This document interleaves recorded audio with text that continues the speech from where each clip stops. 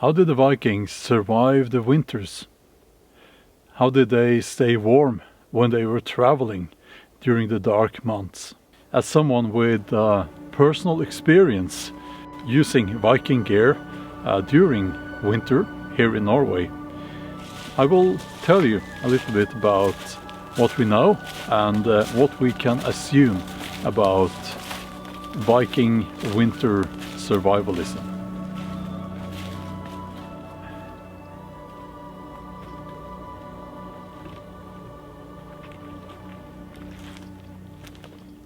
So I moved over from that fallen tree there because this is a better place to have a small campfire, and I always make a small campfire during my Viking hikes to stay warm, and they probably did back then as well.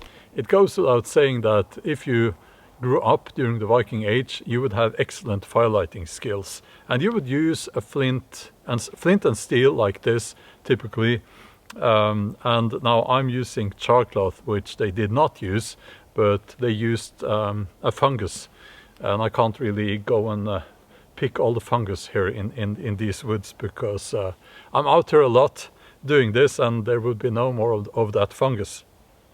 So you would light your fire regularly. That would be like a habit, right? And when they were traveling, they would bring typically some dried grass and things like that. Now the fire in the longhouse and also in the smaller houses, that was everything evolved around the fire. Let's see if we can make a fire here now.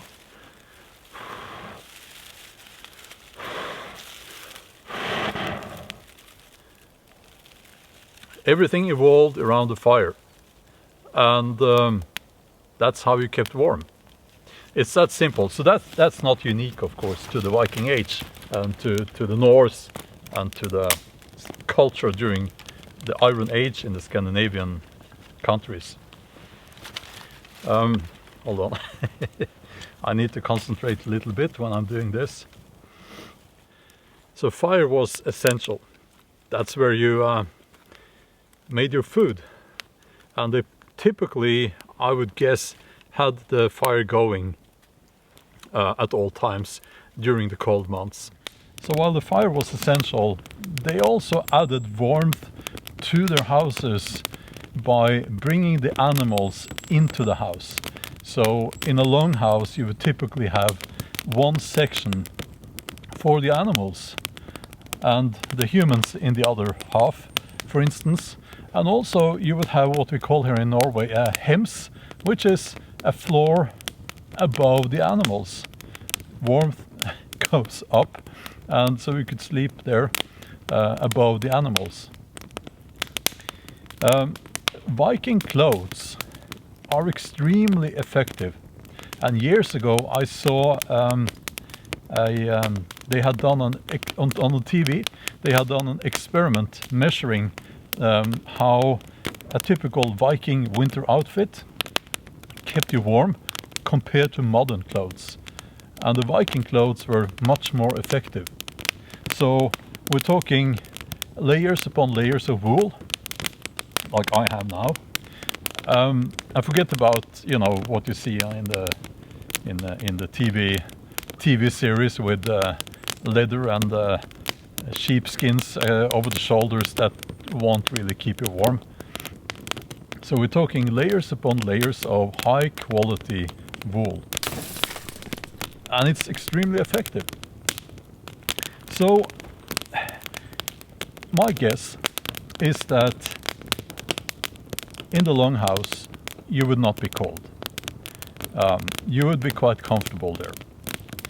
You could move further away from the fire if you wanted to be cooler, and you could move closer if it was very cold outside, a very cold winter's night, for instance.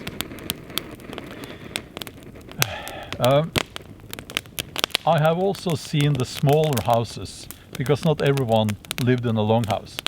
So I've also seen the smaller houses reconstructed, and they typically have the same arrangement without the animals, but the fire in the middle, and you have the seats around.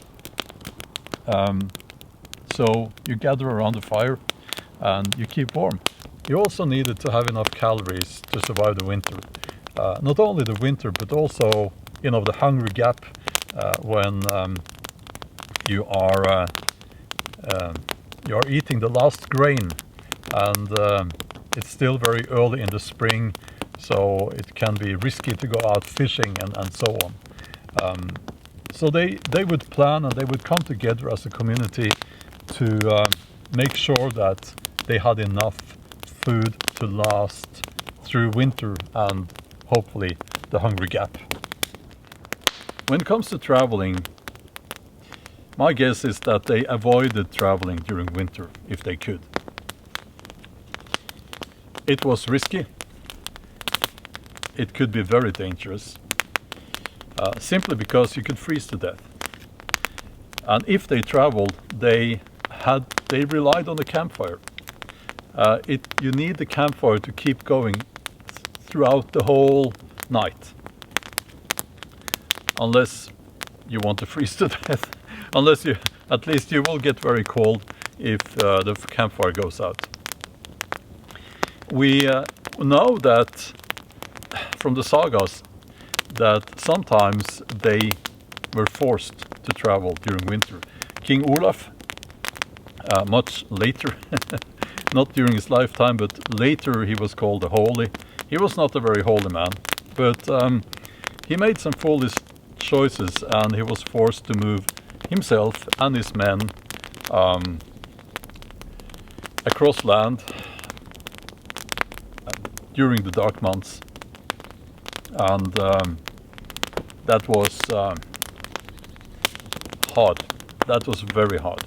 When they did travel, they probably tried to go from farmstead to farmstead, so that they could spend the night under a roof.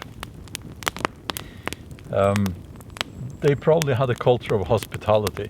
We know that from like Håvard Mål and the sagas, that hospitality was seen as a virtue, you could say. And it makes sense, because if you had travelers coming to your farm, you would want to take care of them. Next time, maybe it's you out traveling.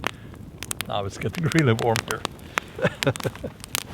Ironically, it got too warm for me here while I'm talking about how they survived the cold months and the winter during the Viking Age. It's the end of November now, and by the way, my name is Bjorn. I'm a historical novelist. I live here in Norway, and if you enjoyed this content, then please consider subscribing. It would mean a lot to me if you subscribe and help the channel out in that manner. I upload videos every Saturday, so yeah, hit that subscribe button. And by the way, you will never see any AI here. You will only see real and authentic content. So yeah, that's a promise. Another thing that I want to mention is that you have to eat in a certain way when it's really cold. And from personal experience, I can tell you that it feels really good and warming to have some fats. Like when you're out camping during winter, you know, animal fats. Nothing beats that. It seems like it just keeps you warm. I know that that's not what we're supposed to say these days, but I don't care. There's just something about it. So my guess is that if they could get hold of animal fat, that's what they prefer to eat, especially during the cold months.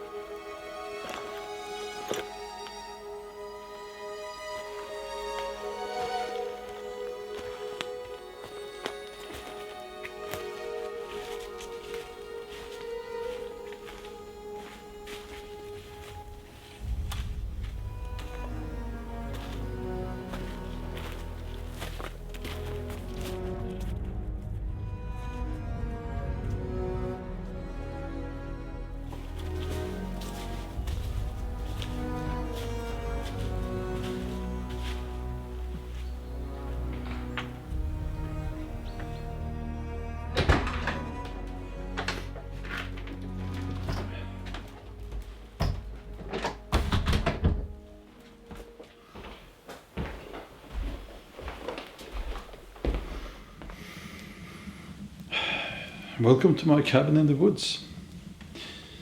I'm actually renting this cabin out per night or per day or a week. Well, if you want to rent my cabin, you can. So I'll put a link in the video description. But that's not really why I'm here now. There's a problem on YouTube now, and I don't like to complain, but I need to call this out. My content is being stolen. You have channels that just steal my content, they cut it up, and they mix it with their AI slop. And it makes me sad, and it's demotivating. And the reason I'm talking about this is that I want to make you aware that, first of all, I did not give these channels permission to do that. And I don't like to see what they're doing, and they are misrepresenting my heritage. One channel recently just stole my socks video, and they used it to talk about useful tools or something like that in the Viking Age. And when you steal people's content, at least try to pronounce the names and the words correctly. It's not CX. There is no CX. It's sucks. So that channel that stole my socks video, and also a video about access, I think it's called Midgard Living, and it's a typical AI slop / theft channel.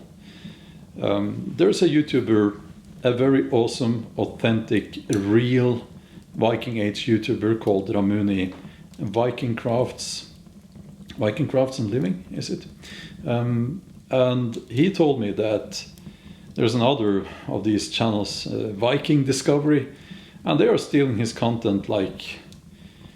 Yeah, they're just stealing his stuff, and not only are they stealing his content, but also, at least on one occasion, music that he himself had played and recorded. And YouTube will do nothing about this. So,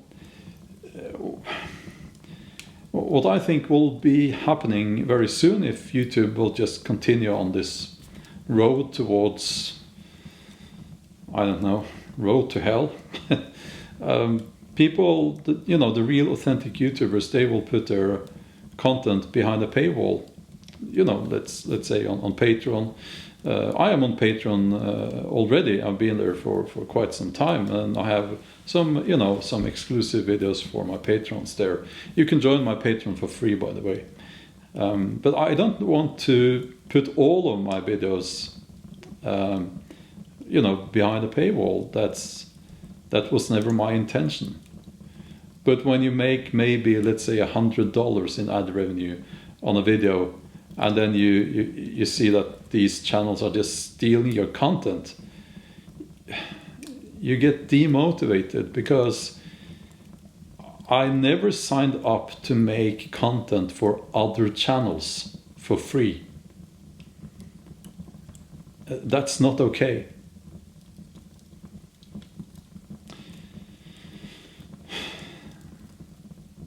So what I do, if I come across these channels, I let them know in the comment section that they have stolen this material, and that's not okay. I think there's an option you can report them for impersonation, I believe. Yeah. Sorry about this rant, but I just needed to get this out. I hope that YouTube will sort this out. Do I think that they will? No. So it's a bit of a threat to my channel, actually, at this point. So yeah.